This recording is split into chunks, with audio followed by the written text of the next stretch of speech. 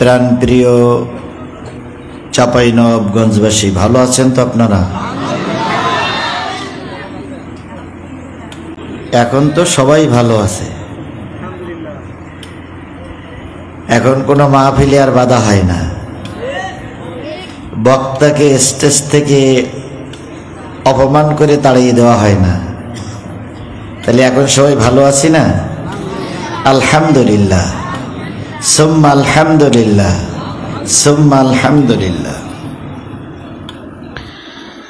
নাহমাদুহু ওয়া নাস্তাঈনুহু ওয়া নাস্তাগফিরুহু ওয়া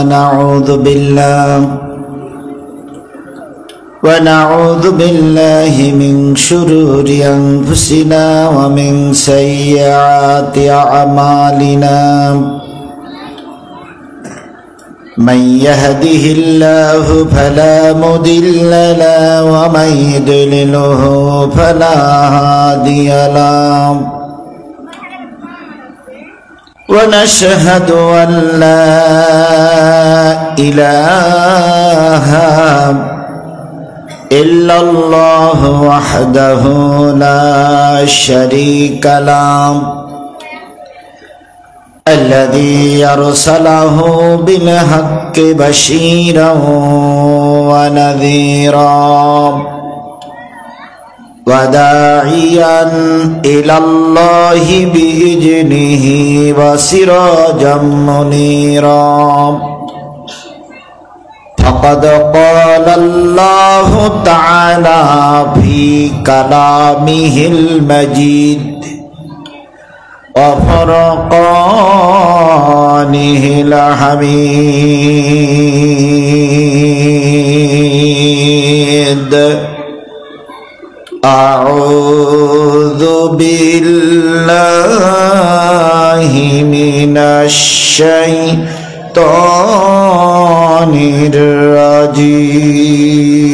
الرجيم. بسم الله الرحمن الرحيم.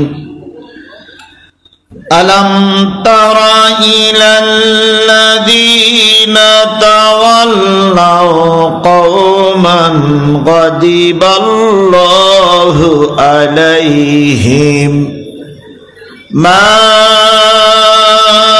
هم منكم ولا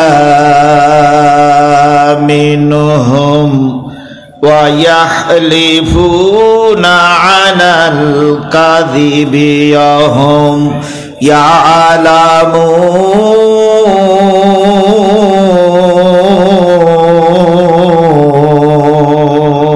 يعلمون.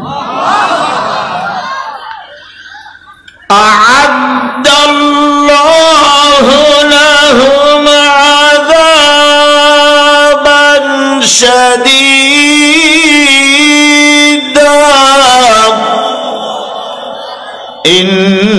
إنهم ساء ما كانوا يعملون.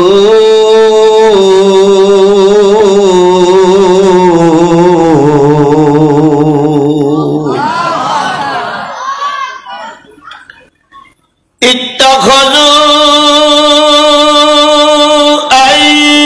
أيمانهم جنة فصدوا عن سبيل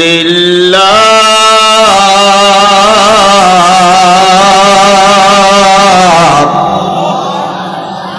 فلهم عذاب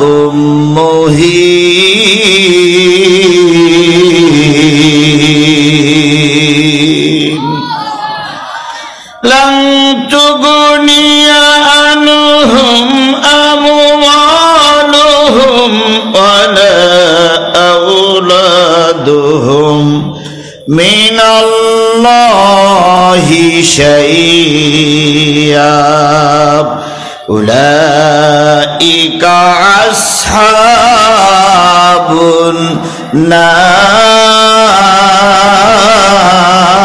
النار হুম ফিহা খালিদুন।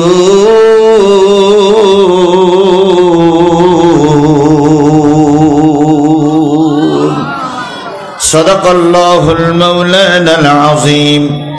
قال النبي صلى الله عليه وسلم يكون في آخر الزمان أمراء ظلمة উজারাউ ফাসাকাতুন ফুকাহাউ কাযাবাতুন কুদাউ খাওয়ানাতুন ফামান আদরাকা মিনকুম যালিকা জামান জাবিয়াউ ওয়ালা আরিফাউ ওয়াশরুতিয়া আও কামা ক্বালা রাসূলুল্লাহি সাল্লাল্লাহু আলাইহি ওয়াসাল্লাম।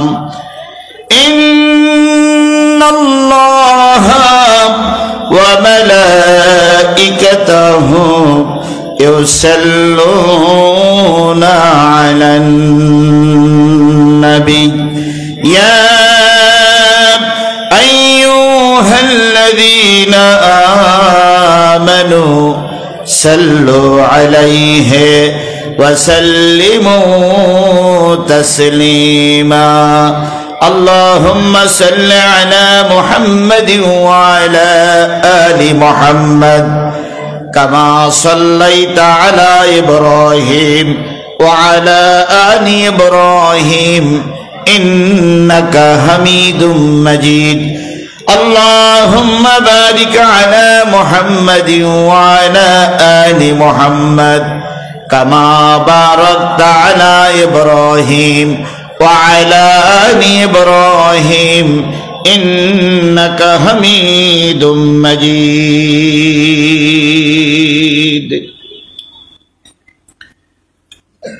চাঁপাইনবাবগঞ্জ জেলার নয়ান সুকা কাঠালিয়াপাড়া যুব সমাজ কর্তৃক আয়োজিত দ্বিতীয় বার্ষিকী 2 দিন ব্যাপী তাফসীরুল কোরআন মাহফিল 17 ও 18 অক্টোবর শুক্র ও শনিবার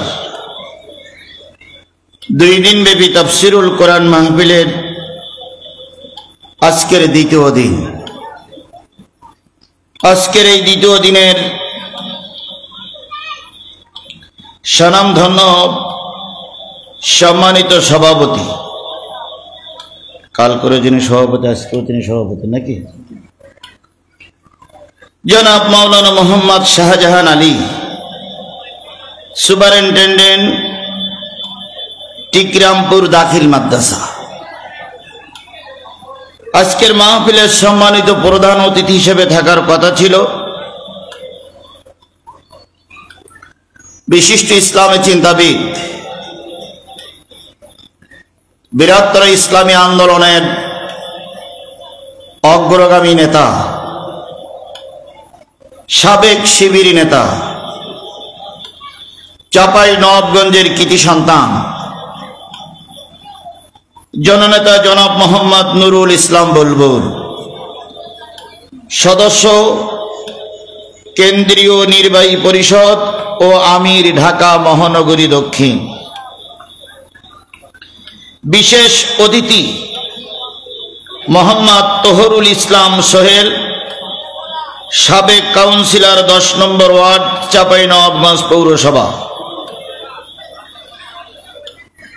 অন্যান্য রাজনৈতিক দলের নেতৃবৃন্দ আলোচনা করে ধন্য করেছেন সুললিত কণ্ঠের অধিকারী বিশিষ্ট আলেমে দ্বীন হাফেজ কারি মাওলানা মোহাম্মদ আবু সাইদ আরিফ, ইমাম ও খতিব আঙ্গারিয়াপাড়া কেন্দ্রীয় জামে মসজিদ সহ মঞ্চবিষ্ট গর্বিত মায়ের গর্বিত সন্তান শ্রদ্ধেয় ওলামায়ে হযরত, এলাকার বিভিন্ন কুঠির থেকে আগত দিনদার পরেশগার মুত্তাকি মুসলমান ভাই ও বন্ধুগণ, পর্দায় অবস্থানরত শ্রদ্ধাশীলা মা ও বোনেরা, সকলকে নিয়ে আবারও সালাম বিনিময় করছি। আশা করছি সালামের জবাবটা সকলের কাছ থেকে জোরে সোরে পাবো। আসসালামু আলাইকুম ওয়া রাহমাতুল্লাহি ওয়া বারাকাতুহু।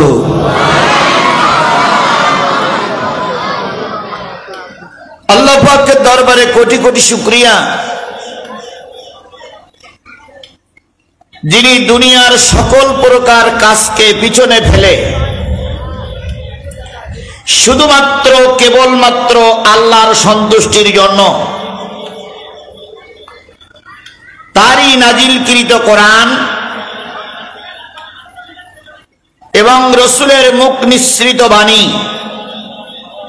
হাদিসের আলোচনা শোনার জন্য একটা সুন্দর পরিবেশ তৈরি করে আপনাদের মতন জান্নাতি মানুষগুলোরে সেই কোরআনের মাহফিলে আসার, বসার, শোনার এবং আমার মতন একজন নগণ্য গোলামকে এই মাহফিলে এসে আপনাদের সঙ্গে পরিচয় হওয়ার তৌফিক যে আল্লাহ দান করলেন, আমরা সে মালিকের দরবারে শুকরগুজার হচ্ছি।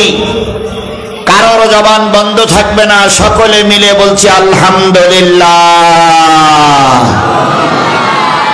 কার শুকরিয়া আদায় করলাম? আলহামদুলিল্লাহ বললে খুশি হয় কে? সবাই মিলে বলেন খুশি হয় কে? আর আলহামদুলিল্লাহ, সুবহানাল্লাহ এই শব্দগুলো মেনে নিতে পারে না, সহ্য করতে পারে না, তিনি কে? শয়তান কে মজলিসে আছে? আছে শয়তান? কথা বলে না। আছে? আচ্ছা দেখাই দেন তো এই সেই শয়তান। দেখা যায় না কিন্তু আছে না নাই? আচ্ছা বলুন তো শয়তান তাড়ানোর দোয়া কি? আউযু বিল্লাহি মিনাশ শাইতানির রাজিম। মাগরিবের পরের থেকে এই 10:30 পর্যন্ত কয়জন বক্তা ওয়াজ করেছে? সভাপতি সাহেব কথা বলেছে না? আলেম মানুষ। আরিফ কথা বলেছে না? আচ্ছা বলুন তো এনারা দুইজন কি আউযু বিল্লাহি মিনাশ শাইতানির রাজিম বলেছে? বলেছে। তাহলে শয়তান তাড়ানোর দোয়া পড়িছে না পড়েনি? তারপরে শয়তান আছে বলতেছেন, তাহলে ওনাদের দোয়া কোন জায়গায় লাগলো? এরপরেও কি শয়তান আছে? আছে। আচ্ছা বলুন তো এই জায়গার চাইতে মসজিদের সম্মান বেশি না কম? বেশি। মসজিদে কি শয়তান থাকে? থাকে। যদি নাই থাকে তাহলে জুতো চুরি করে কারা? চাপাই নবাবগঞ্জ থেকে জুতো চুরি হয়? এই কথা বলেন, জুতো চুরি হয়?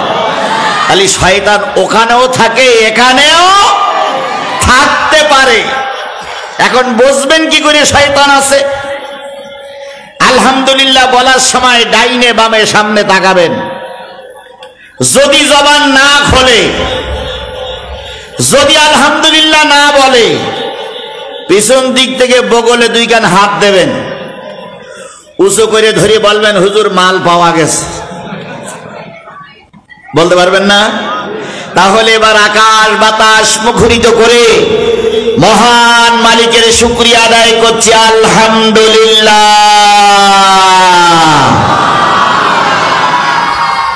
আল্লাহ বলতেছেন কুল লাউ কানাল বাহরু মিদাদান লিকালিমাতি রাব্বি লানাফিদাল বাহরু ক্বাবলা আন তানফাদা কালিমাতু রাব্বি ওয়ালাউ জিইনা বিমিসলিহি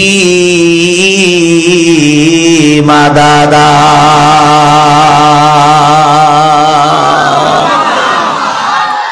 কোরআন তেলাওয়াতের পরে যারা আল্লাহু আকবার বলবে, আল্লাহ তাদের জান্নাতে যাওয়ার পথ সহজ করে দিবেন। জোরে বলুন আল্লাহু আকবার। কুল্লাউ কানাল বাহর, হে নবী আপনি বলে দিন পৃথিবীতে যত সাগর আছে, পৃথিবীতে যত নদ নদী আছে, পৃথিবীতে যত খাল বিল আছে, পৃথিবীতে যত পুকুর পুষ্করিণী আছে, পৃথিবীতে যত পানির উৎস আছে, সব পানিগুলো যদি কালি হয়ে যায়, পৃথিবীতে যত দাঁড়ানো গাছ আছে সব গাছগুলো যদি কলম হয়ে যায়, পৃথিবীতে যত সমান্তরাল জমি আছে সব জমিগুলো যদি কাগজ হয়ে যায়, গাছ নামক কলম দিয়ে, সাগরের পানি নামক কালি দিয়ে, সমান্তরাল জমি নামক কাগজের উপরে তোমার রবের কথা লিখতে যদি শুরু করো, লিখতে লিখতে কখন জানি কলমগুলো ফুরায়ে যাবে, সাগরের পানি শেষ হয়ে যাবে, আরেকটা সাগরের পানিও যদি নিয়ে এসো সে পানিগুলো এক সময় শুকিয়ে যাবে, শেষ হয়ে যাবে, তবু তোমার রবের কথা লেখা তখনও পর্যন্ত শেষ হবে না। সেই রবের নাম কি? আরেকটু জোরে বলেন, সেই রবের নাম কি? আমরা তো তার দয়ায় বেঁচে আছি, কথা বলেন ঠিক না বেঠিক? বিশ্বাস করুন চাঁপাইনবাবগঞ্জের মুসলমানেরা, নিজেদের চেষ্টায় কিছুই হবে না যদি মালিক রহমত না করে।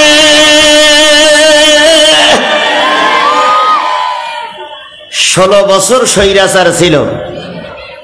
কয় বছর? আমরা এই 16 বছর স্বৈরাচার তাড়ানোর জন্য চেষ্টা করেছি না করিনি? বিএনপির লোক চেষ্টা করেছে, জামাতের লোকও চেষ্টা করেছে। যতবার ময়দানে নেমেছে ততবার গুলি খেতে হয়েছে, যতবার ময়দানে নেমেছে ততবার নতুন নতুন মামলার আসামি হতে হয়েছে। এক পর্যায়ে আশা আমরা ছেড়েই দিয়েছিলাম যে আল্লাহর রহমত ছাড়া এই ফেরাউনির বাচ্চারে তাড়ানো সম্ভব নয়। অনেক জায়গায় মাহফিলে গেলি বিএনপি জামাতের লোক বলতো, হুজুর মুসাফের মানুষ দোয়া করেন এ যেন মরিয়ে যায়। আমাদের চেষ্টা যখন শেষ হয়ে গেল, বিএনপি জামাত যখন চেষ্টা করে 16 বছরে কিছুই করতে পারল না, আল্লাহর 16 বছর পরে দারুণ দয়া হয়ে গেল।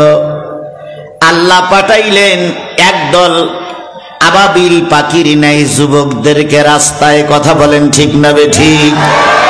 প্রাইমারির যুবক, মাদ্রাসার যুবক, হাই স্কুলের যুবক, কলেজ ভার্সিটির যুবক, ভ্যান চালক, রিক্সা চালকরা মাঠে নামলো।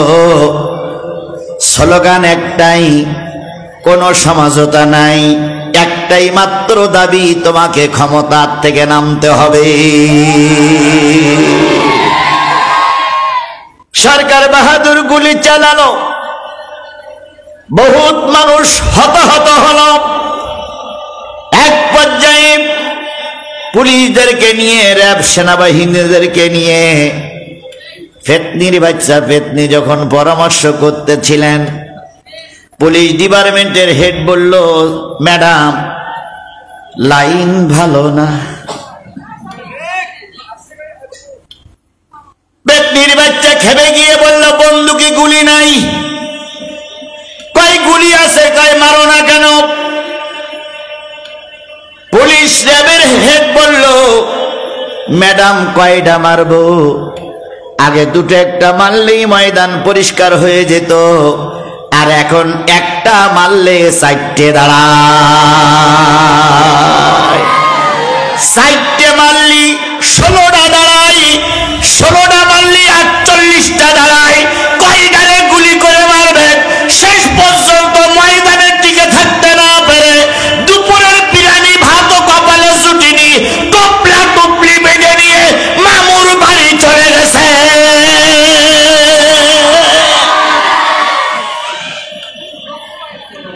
তাহলে সাহায্যটা কে করলেন?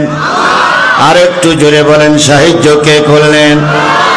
সেই আল্লাহ এখনো আছে না নাই? সাফাইয়ের দিকে আছে, আছে তো, আছে তো। তাহলে সেই আল্লাহর শুকরিয়াটা আস্তে করবেন না জোরে করবেন? তাহলে কারোর জবান বন্ধ থাকবে না। আলহামদুলিল্লাহ, প্রশংসা সবই কেবল তোমারই, প্রশংসা সবই কেবল তোমারি রব্বুল আলামিন। দয়াল মেহেরবান করুণায় ভুরান, দয়াল মেহেরবান করুণায় ভুরান, আর কেউ নাই তুমি মালিক শেষ বিচারের দিন, শেষ বিচারের দিন। বিশ্ব মানবতার শ্রেষ্ঠ বন্ধু, সমস্ত নবী রাসূলদের শ্রেষ্ঠ রাসূল, আমাদের প্রিয় ভাজন নেতা জনাবে মুহাম্মদুর রাসূলুল্লাহ সাল্লাল্লাহু আলাইহি ওয়াসাল্লামের দরবারে লক্ষ কোটি দুরূদ আর সালাম। সবাই মিলে বলছি সাল্লাল্লাহু আলাইহি ওয়াসাল্লাম। বন্ধুগণ, বলুন তো রাসূলের চাইতে ভালো মানুষ এই পৃথিবীতে কেউ ছিল? রাসূলের চাইতে ভালো মানুষ এই পৃথিবীতে কেউ আছে? কিয়ামত পর্যন্ত যদি রাসূলের চাইতে ভালো মানুষ তালাশ করা হয়, সকল দুর্ভিক্ষণ অনিবীক্ষণ যন্ত্র নষ্ট হয়ে যাবে, কিন্তু রাসূলের চাইতে ভালো মানুষ খুঁজে পাওয়া কেন যাবে না? আল্লাহ নিজেই বলেছেন ওয়া ইন্নাকা লাআলা খুলুকিন আযীম।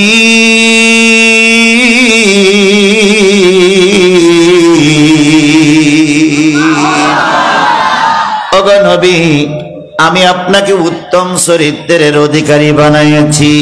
আল্লাহ নিজেই বলেছেন নবী তুমি উত্তম চরিত্রবান।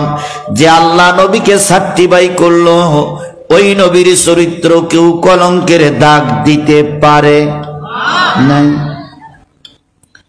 তুমি আর আমি ক্ষমতায় গেলে কি বলি? ভাতে মারবো, পানিতে মারবো। তারপর কি বলে? সুবুইয়ে সুবুইয়ে মারবো। আর একজন বলতেন আমাকে ক্ষমতার থেকে নামাবে এমন কোন বিরোধী দল এখনো বাংলাদেশে জন্ম নেয়নি। কি বলিনি বলিনি বলিনি? কিছু হুজুরদের ফাঁসির মঞ্চে ঝুলাইয়ে বলেছিল হুজুররা নেই, হুজুরদের অস্তিত্ব শেষ। যে হুজুরদের ফাঁসির মঞ্চে ফাঁসির কাস্টে ঝুলিয়ে আনন্দ করেছিলে, ভারতের থেকে উকি মেরে দেখো, তারা গোটা বাংলাদেশে এখন কোরআন বুকে নিয়ে চলছে। আর তোমরা অহংকার করেছিল দুপুর বেলার বিরিয়ানি ভাতও কপালে জুটেনি, তার আগে টুপলা টুপলি বেঁধে বাবুর বাড়ি পালিয়ে যেতে হয়েছে।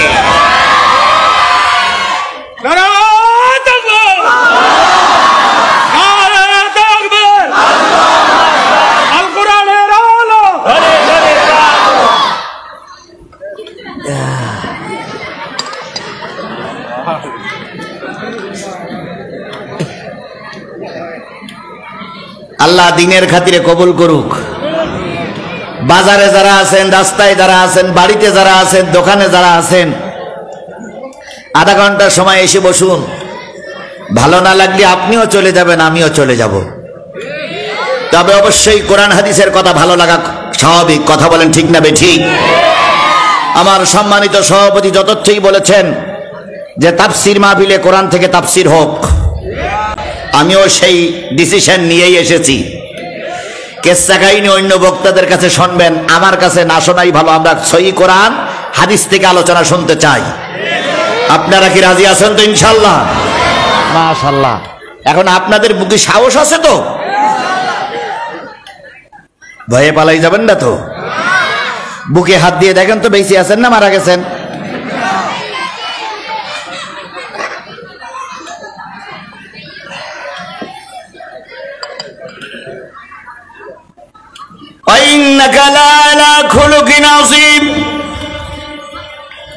উত্তম চরিত্রবান। মুখে বললেই হয় না তোমার আমার চরিত্র ফুলের মতন পবিত্র, কথা মুখে বললেই হয় না, কাজে দেখানো লাগে। আল্লাহর নবী সাল্লাল্লাহু আলাইহি সাল্লাম ধর্মের দাওয়াত দিয়েছেন, আলেমরাও ধর্মের দাওয়াত দেন। বলুন তো, নবী আর একজন সমাজের বর্তমান আলেম কি এক হয়? আরো জোরে বলেন, এক হয়? এই নবীকে কালেমার দাওয়াত দেওয়া হয়, নবী কালেমার দাওয়াত দিয়েছেন। নবী যখন মানুষের কাছে কালেমার দাওয়াত দিয়েছেন, বলুন তো তৎকালীন মানুষেরা নবীর কলেমাটারে কি সহজে মেনে নিয়েছিল? মেনে নেই নাই, বরং তার বিরোধিতা করেছিল। মক্কার পরিবেশে আল্লাহ রসুলের দাওয়াতি কাজ করা কষ্ট হয়ে যাচ্ছে, তাই নবী চিন্তা করলেন ভিন্ন কোন দেশে যদি কালেমার দাওয়াত দেওয়া যায়, ওখানে যদি মানুষ তৈরি হয়, সেই মানুষ দিয়ে একদিন মক্কার বুকে ইসলাম প্রচার হবে। ভাই, আপনারা যারা রাস্তায় আছেন, যদি আমার শত্রু না হন তাহলে বসে পড়েন। আবার বসতে বললে চলে যাইয়েন না ভাই, ভাই চলে যাইয়েন না, ওখানে যেখানে দাঁড়াইছিলেন সেখানে দাঁড়াই থাকেন, চলে যাইয়েন না। যেখানে দাঁড়াইছিলেন সেখানেই দাঁড়াই থাকেন, চলে যাইয়েন না ভাই, কারণ চলে গেলে আমি আর শোনাবো কার? দাঁড়াই থাকেন, যাওয়া লাগবে না।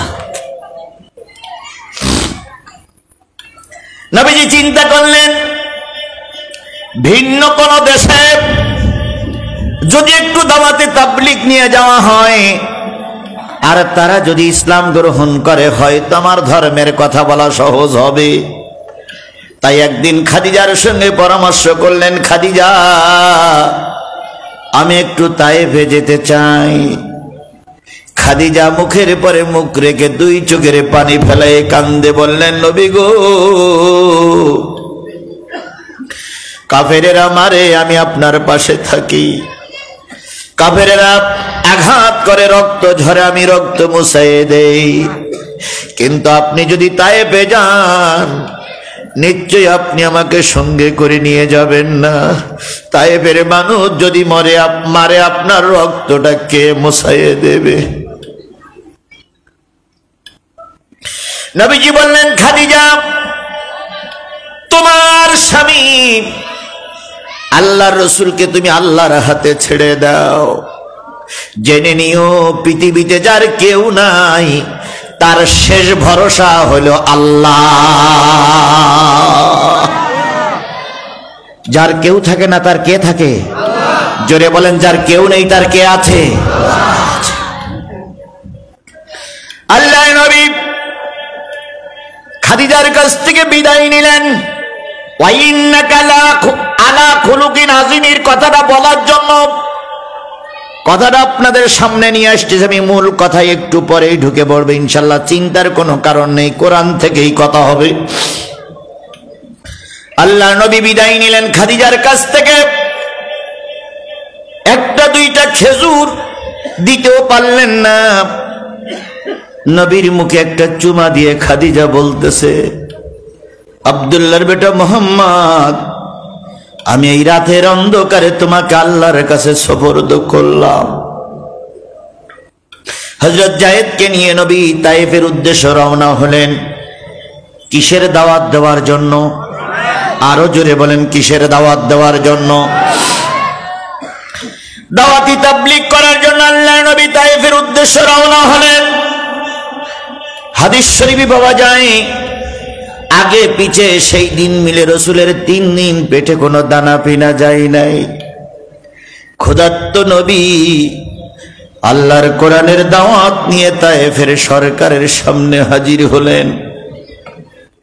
তায়েফের সরকারকে ভালোভাবে বোঝানোর জন্য চেষ্টা করলেন। তায়েফের সরকার অহংকারে বশবর্তী হয়ে বলল, আল্লাহ বুঝি নবী বানানো লোক আর খুঁজে পাইনি, তোমাকে আল্লাহ নবী বানালো, লেখাপড়া জানো? আল্লাহর নবী কোনো উত্তর দিলেন না। বুঝলেন এই জালেমের বাচ্চা ইসলাম গ্রহণ করবে না। অনেকক্ষণ কথোপকথনের পরে নবীজি বললেন, তায়েফের সরকার, ইসলাম যদি তুমি নাও মানো, তোমার দেশ থেকে আমাকে বের হয়ে যাওয়ার সুযোগটুকু দাও। কিন্তু ধর্মের কথা চোরে শোনে না।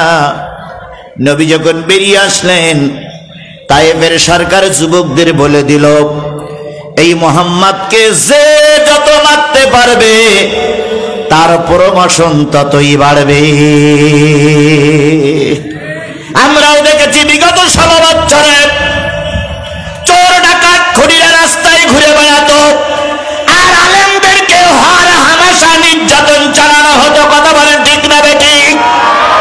চোরেরা ডাকাতিরা খুনিরা ঘুরে বেড়ায়, আর আলেমদের রক্ত দিয়ে বাংলার জমিন লাল হয়েছে।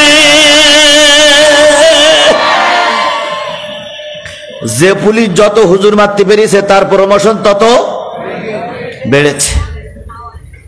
আওয়ামী লীগের ওয়ার্ড সভাপতি বিএনপি জামাতের 5 জনকে মেরিয়ে এমপি সাহেবের কাছেই বলেছে 5 জনকে ঠিক করে আইছি। কয় তুই আজকে থেকে ইউনিয়ন সভাপতি, কারণ তুই কয়জন মারিছিস? 10 জন মারার পরে এমপি সাহেবের কাছেই বলেছে 10 জন মারিছিস, তুই উপজেলা সভাপতি। তাহলে বিএনপি জামাতের লোক যত মারতে পেরেছে তত তাদের প্রমোশন কি হয়েছে? বেড়েছে। তাই এবারে সরকার বলে দিল মারো, যুবকেরা মারতে শুরু করলো। নবীজি একটু থমকে দাঁড়ায় গিয়ে বললেন, যুবক, এসেছিলাম তোমার দেশে দাওয়াতি কাজ করার জন্য, ভালো লাগলো না আমাকে যেতে দাও, তবে তোমরা মারো কেন? ধরে নিন চাপাইতে এসেছি আমি সাতক্ষীরার থেকে। যদি আমার কথা ভালো না লাগে আমাকে মারবেন না, আমাকে দয়া করে যেতে দেন। কিন্তু মারাটা অন্যায় হবে। কথা বলেন ঠিক না বেঠিক? কিন্তু দুষ্টু শোনে না ধর্মের কাহিনী, চোরাই শোনে না ধর্মের কাহিনী। তায়েফের যুবকেরা মারতে শুরু করলো। নবীর কয়দিন না খাওয়া, আল্লাহর নবী ভূত হয়ে পড়ে গেলেন। তায়েফের যুবকেরা সোজা করে দাঁড় করাই দিল। নবীকে হাঁটার জন্য উৎসাহিত করা হলো। নবী দ্বিতীয়বার পড়ে গেলেন। বুঝলেন এরা আমাকে মেরে ফেলবে। তাই নবী জায়েদকে বললেন, জায়েদ পিছন দিক থেকে সরে পড়ো। জায়েদ বললেন, ইয়া রাসূলুল্লাহ, আপনাকে বিপদে ফেলে আমি কেটে পড়তে পারি না। নবী বললেন, জায়েদ রে, যেটা বলি সেটাই শোনো। তুমি ওদের শত্রু না, ওদের শত্রু আমি। আমাকে মেরে দিল, অন্তত লাশটা শনাক্ত করার জন্য তুমি পিছনে চলে যাও। বলুন তো, সবচেয়ে বড় বন্ধু যে বিপদের সময় কাছে থাকে, কথা বলেন ঠিক না বেঠিক? এর চাইতে বড় বন্ধু আর কেউ হতে পারে না যে বিপদের সময় পাশে থাকে। বাংলাদেশের 2টা দল নির্যাতিত, বিএনপি এবং জামাত। কিরকম নির্যাতিত? জামাতের আমির সাহেব বলে দিয়েছি ইউনিয়ন আমিরকে, আজকে রাত্রি কিন্তু গ্রামে পুলিশ ঢুকবে, তাড়াতাড়ি খেয়ে নিরাপদ জায়গায় আশ্রয় গ্রহণ করো। জামাতের আমির সাহেব তাড়াতাড়ি খেয়ে মাঠের মধ্যিখানে একটা টোং আছে, টোং বোঝেন আপনারা? ছোট ঘর, সেখানে কেউ লোকজন যায় না, সেখানে গিয়ে মশারি টানাইয়ে ঘুম পড়েছে। বিএনপির ইউনিয়ন সভাপতি উনি বাড়ি ছিলেন। হঠাৎ করে চৌকিদার ফোন দিয়েছে, স্যার গ্রামে বলো পুলিশ ঢুকেছে। এখন গ্রামে পুলিশ ঢাকবে এ কথা জামাতের ইউনিয়ন আমির আগের থেকে জেনেছিল, আর ইনি পরে জেনেছে। জেনে উনি তাড়াহুড়ো করে যে ওই একই টোঙে 2 জন হাজির। যে জামাতের আমিরের পা ধরিয়ে বলতেছে, ভাই, ও ভাই। জামাতের আমির লাফাই উঠে বলতে, পুলিশ মনে হয় বাসা পর্যন্ত আইছে। কয় চিন্তার কারণে আমি বিএনপি সভাপতি। তা আপনি এখানে? কয় পুলিশ ঢুকেছে। জামাতের আমির তখন বলতেছে, ভাই তুইও যে লাইনে আছিস আমিও সেই লাইনে আইছি, ঢোক মশারির ভিতরে। 2 দলের 2 জন লিডার পুলিশের তাড়া খেয়ে একই মশারির ভিতরে, একই টোঙের ভিতরে ঘুমানো গেল। আর যেই না নির্বাচন আসলো, সেই 2 জন 2 জনের বিরোধী হয়ে গেল। এখন একজন আর একজনের সহ্য করতে পারে না। কথা বলো ঠিক না ঠিক? আল্লাহর কসম, বিপদে যে ব্যক্তি পাশে থাকে সেই ব্যক্তি হলো বড় বন্ধু। আপনারা কে কোন দল করেন তা আমি জানি না, তবে জামাতের আমির বলে দিয়েছে আমরা যদি ক্ষমতায় নাও যেতে পারি আমরা কাউকে শত্রু মনে করি না, কারণ সবাই আমরা ক্ষতিগ্রস্ত বন্ধু। কথা বলেন ঠিক না বেঠিক? কিন্তু আপনারা কেন এই কথা বলতে পারেন না যে টুপিওয়ালারা যদি ক্ষমতায় যায় আমরা টুপিওয়ালাদের পাশে থাকবো, আমরা টুপিওয়ালারা বলি আমরা আপনাদের পাশে থাকবো? আপনারা কেন এই কথাটা বলতে পারেন না?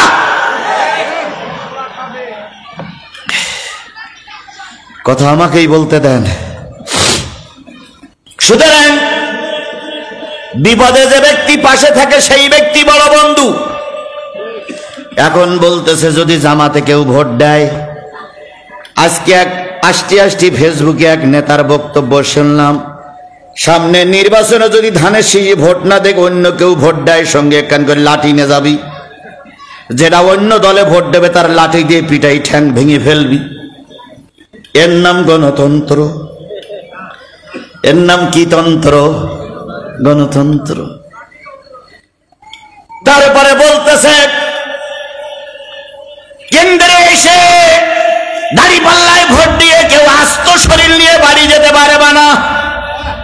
দয়া করে সন্ত্রাসিকতা বন্ধ করুন। এর আগে যারা সন্ত্রাসিকতা বলেছিল দুপুরের বিরিয়ানি ভাত তাদের কপালে জুটেনি।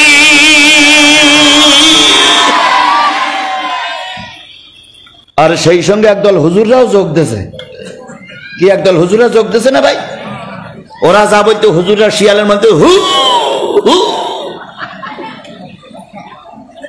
আলেমে আলেমে বিভেদে এখন জালেমে জালেমে দোস্তি, আলেমে আলেমে বিভেদে এখন জালেমে জালেমে দোস্তি, পথের ঠিকানা জানা নাই কারো কে কোথায় পাবে স্বস্তি।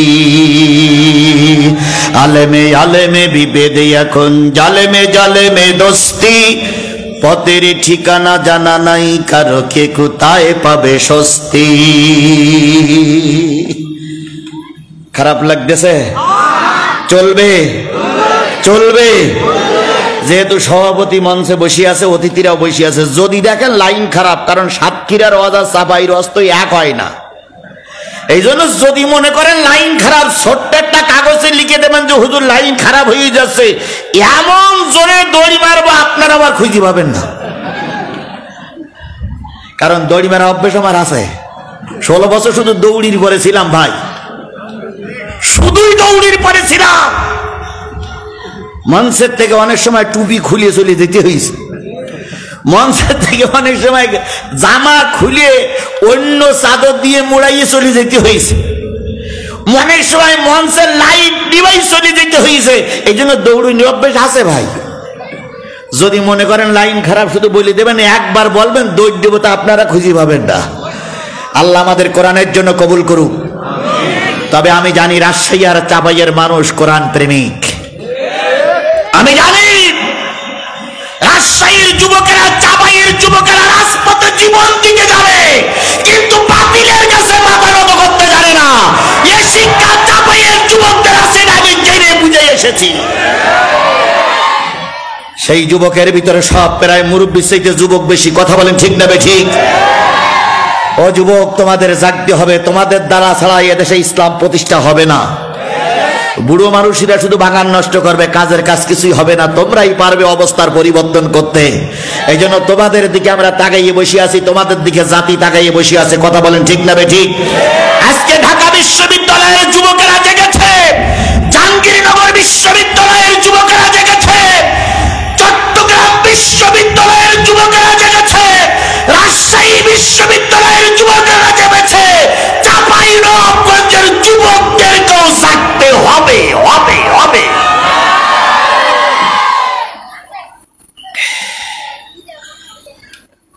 আমার ভাইরা,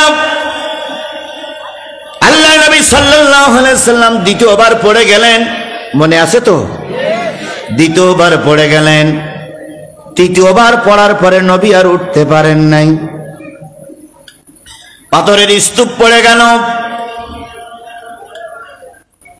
কাফেরেরা পাথরের স্তূপের পরে নাচতেছিল, আর ধিন ধিন করে নাচতেছিল, আর বলতেছিল কুতিলা মোহাম্মদ, কুতিলা মুহাম্মদ, কুতিলা মুহাম্মদ একথা বলে আনন্দ করতেছিল। আল্লাহ নবী সাল্লাল্লাহু আলাইহি সাল্লামকে মোটেও দেখা যাচ্ছিল না। কাফেরেরা যখন চলে গেল,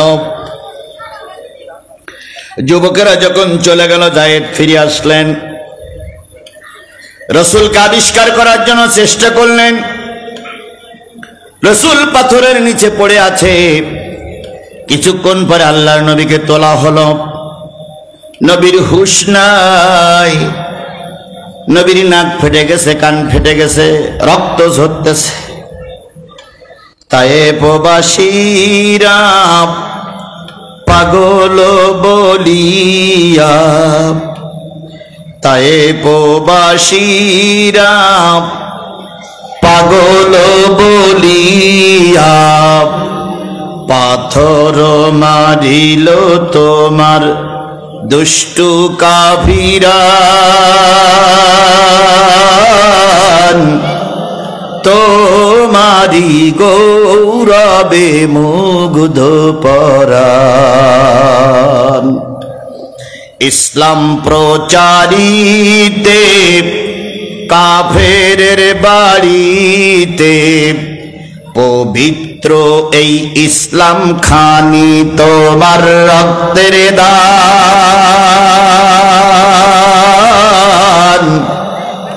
তোমারি গৌরবে মুগ্ধ পরাণ। আল্লাহর নবীকে একসময় আবিষ্কার করা হলো। রসুলের মাথাটা হযরতে যায়েদ কাঁধের উপরে রেখে রক্তগুলো মুছতেছিল আর বলতেছিল, ইয়া রাসূলুল্লাহ, আর বুঝি আপনি আমাকে যায়েদ বলে ডাকবেন না? কিছুক্ষণ পরে নবীজি চোখ মেলে তাকালেন, যায়েদের মুখের উপর একটা চুমা দিয়ে বললেন, যায়েদ, ওরা আমাকে খুব মেরেছে, তাই না যায়েদ? যায়েদ বলতেছি, ইয়া রাসূলুল্লাহ, পিঠে এমন একটা জায়গা নাই যেখানে ক্ষতর আঘাত হয়নি। সমস্ত শরীরে আপনার আঘাতে জর্জরিত করেছে। নবীজি বললেন, যায়েদ, একটু পানির ব্যবস্থা করা যায়? কেন? রক্ত ঝরেছে, আমি দারুণ তৃষ্ণার্ত, মনে হচ্ছে এখনই তৃষ্ণার জ্বালায় মারা যাব। অন্যদিকে এক ওয়াক্ত নামাজ চলে যাচ্ছে। যায়েদ, তুমি একটু পানি নিয়ে এসো তো। অনেক কষ্টে যায়েদ পানি নিয়ে আসলেন। রাসূল কিছুটা পানি খাইলেন, কিছুটা পানি দিয়ে ওযু করলেন। নবীজি সালাতে দাঁড়ালেন। সালাত শেষ হয়ে গেল। আল্লাহ নবী আকাশের দিকে তাকায় দেখে বড় বড় মেঘমালা পাহাড়গুলো ঘুরে বেড়ায়। নবীজি লক্ষ্য করলেন পাহাড়ের ভিতরে, মেঘমালার ভিতরে কে যেন আছে।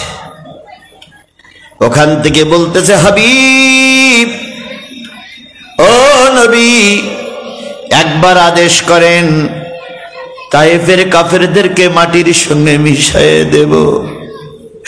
নবীজি সিজদায় পড়ে কাঁদলেন আর বললেন, মাবুদ, সব মানুষকে যদি তোমার ফেরেশতা মেরে দেয়, আমি কালেমার দাওয়াত কার কাছে পৌঁছাবো? ও জিবরিল, ওরা বুঝেনি, ওরা বোঝে না, তাই ওরা আমার পর অত্যাচার করেছে। আল্লাহকে বলো, আল্লাহ যেন ওদের মাফ করে দেয়। আমি ওদের মাফ করে দিলাম। এত কষ্ট পাওয়ার পরেও আল্লাহর নবী প্রতিশোধ নেন নাই। এর নাম হলো ইসলাম। এর নাম কি? আরো জোরে বলেন, এর নাম কি? আমাদের যে ক্ষতি আপনারা করেছেন, আল্লাহর কসম, প্রতিটা ক্ষতির প্রতিশোধ যদি নিতাম, একজন আওয়ামী লীগের নেতা কর্মী বাড়িতে ঘুমাইতে পারত না।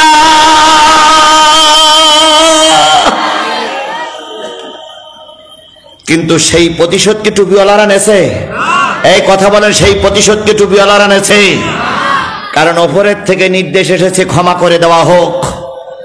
আমরা সবাইকে ক্ষমা করে দিয়েছি। কথা বলেন ঠিক না বেঠিক? ক্ষমা করে দিয়েছি মানে এই না যে আবার তোমরা মাথা উঁচু করে দাঁড়াবা আর আমরা এবার আঙুল চষবো, না না, একবার সুযোগ দেওয়া হয়েছে, দ্বিতীয়বার যদি আবার সন্ত্রাসী কর্মকাণ্ড নিয়ে বাংলার জমিনে কোথাও মেরুদণ্ড সোজা করে দাঁড়াও, জনগণ এমন বাদানি দেবে, তোমার নেতা যেখানে গেছে তোমাকেও পিটাইয়ে সেখানে পাঠানো হবে। হয় ভালো হও নাই পাগল চলে যাও, হয় ভালো হও নাই পাগল। তোমার মতো দুটো সাইডে পাগল চলে গেলে আমাদের কোনো ক্ষতি হবে না, কথা বলেন ঠিক না বে ঠিক? আধারে ভয় পেও না, আধারে ভয় পেও না, আলো আছে আড়ালে, জালিমেরা পালিয়ে যাবে তুমি উঠে দাঁড়ালে। আধারে ভয় পেও না, আধারে ভয় পেও না, আলো আছে আড়ালে, জালিমেরা পালিয়ে যাবে তুমি রাস্তায় দাঁড়ালে। তাহলে নবী এত কষ্ট পাওয়ার পরও জাতিরে ক্ষমা করে দিয়েছিলেন না, দেন নাই? সেই নবী আপনার আমার নবী, সেই নবীর পরে দুরূদ আর সালাম সকলে মিলে বলছি সাল্লাল্লাহু আলাইহি ওয়াসাল্লাম। ও বন্ধু বলুন তো, ওই নবীর পরে যেটা নাজিল হয়েছিল সেই জিনিসটার নাম কি? সবাই মিলে বলেন, নবীর পরে যে কিতাব নাজিল হয়েছিল সেই কিতাবটার নাম কি? আপনারা কি সেই কোরআনের কথা শুনতে এসেছেন? আমিও কি সেই কোরআনের কথা বলতে এসেছি? তাহলে আপনি আমি কি মুসলমান নয়? আচ্ছা, বাজারে যেগুলো আছে ওর বাপ মুসলমান না, ওর মা মুসলমান না, ওর কানে কি আজান হয়নি? তাহলে কোরআনের কথা আলোচনা হচ্ছে, ও যুবক বাজারে কেন? ও যুবক, এক মিনিট আমার কথাটা শোনো। যারা বাজারে আছেন, বাড়িতে আছেন, এক মিনিট আমার কথাটা শোনেন। আপনার আমার মতন অনেক যুবককে কিন্তু অকালে জীবন দেওয়া লাগে। আজকে যদি রাত্রি কোরআনের মাহফিলে কেন হচ্ছে, যদি কোনো যুবক রাস্তায় পড়ে থাকে, আল্লাহর দরবারে যাওয়ার পরে আল্লাহ যদি জিজ্ঞেস করে তুই কোরআনে ছিলি না বাজারে ছিলি, কি জবাব দেবা তুমি? কি জবাব দেবা তুমি? আমি ঘড়ি দেখেছি, আধা ঘন্টা 40 মিনিট আমার আলোচনা আর হয়তো হতে পারে। দয়া করে সব যুবকদের পায়ের পরে হাত থেকে অনুরোধ করছি, কোরআনের মাহফিলে চলে এসো। হয়তো আল্লাহ আজকের এই মাহফিল তোমার আমার জন্য হেদায়েতের ওসিলা হয়ে যেতে পারে। তাহলে আমরা হেদায়েত নিয়েই বাড়ি যাব ইনশাআল্লাহ। এবার আমি আপনাদের কাছে বায়াত গ্রহণ করতে চাই। আমি কোরআনের সূরা মুজাদালাত থেকে 4টি আয়াত, সূরা নিসার থেকে 3টা আয়াত নিয়ে 7টা পয়েন্টের পরে আলোচনা করব। আলোচনার বিষয়বস্তু হলো কাদের পরে আল্লাহ অসন্তুষ্ট, কাদের পরে আল্লাহর লানত, কাদের পরে আল্লাহর গজব, কাদেরকে আল্লাহ ভালোবাসে না, কাদের সঙ্গে আল্লাহ শত্রুতা। 7 শ্রেণীর মানুষের উপরে আল্লাহর লানত, 7 শ্রেণীর মানুষের উপরে আল্লাহর গজব, 7 শ্রেণীর মানুষের উপরে আল্লাহ অসন্তুষ্ট। এই 7টা লোকের নাম আমি বলবো। এই 7টা লোকের নাম শেষ না হওয়া পর্যন্ত কোরআনের মাহফিল থেকে আমরা চলে যাব না। এতটুক নিয়ত কি আপনারা করতে পারবেন? পারবেন? তাহলে শেষ মোনাজাত পর্যন্ত থাকবেন। কারা কারা একটু হাত তুলে আল্লাহরে দেখান তো, দেখেন তো কারা কারা হাত তুলিনি। আল্লাহ আমাদের কবুল করুক। এবার একটু জোরে তাকবীর দেবেন, নারে তাকবীর, আরো জোরে লিল্লাহে তাকবীর। আল্লাহ কবুল করুক। হাত উঠে কারে দেখালাম? কি শুনবেন? আর আমি হাত উঠেই বলেছি কি বলবো? তাহলে আপনিও ওয়াদার কর্মী, আমিও ওয়াদার কর্মী। যদি আমার কথা শেষ হওয়ার আগে আপনি চলে যান, ওয়াদা খেলাপ করলে কি হয়? ওটা আপনারাই ফতোয়া দিয়েছেন, ফতোয়া বলে আমি দেইনি। বাংলাদেশের সবচেয়ে বড় ফতোয়া দিয়েছে এখন আব্বাসী হুজুর। ওনার কাছে ফতোয়ার ঝুড়ি আছে ভাই। কারে যে কখন কাফের বলবে আর কারে যে খাঁটি মুসলমান বলবে একমাত্র ওই ছাড়া আর বাংলাদেশে কেউ জানে না। মতের সঙ্গে মিললেই মুমিন, মতের বিরুদ্ধে চলে গেলেই কাফের। কাফের বলা খুব সহজ, কিন্তু সেদিকে আমি না যাই। শুধু এতটুকু বলি, যদি ওয়াদা খেলাপ করি তাহলে আমরা কি হব?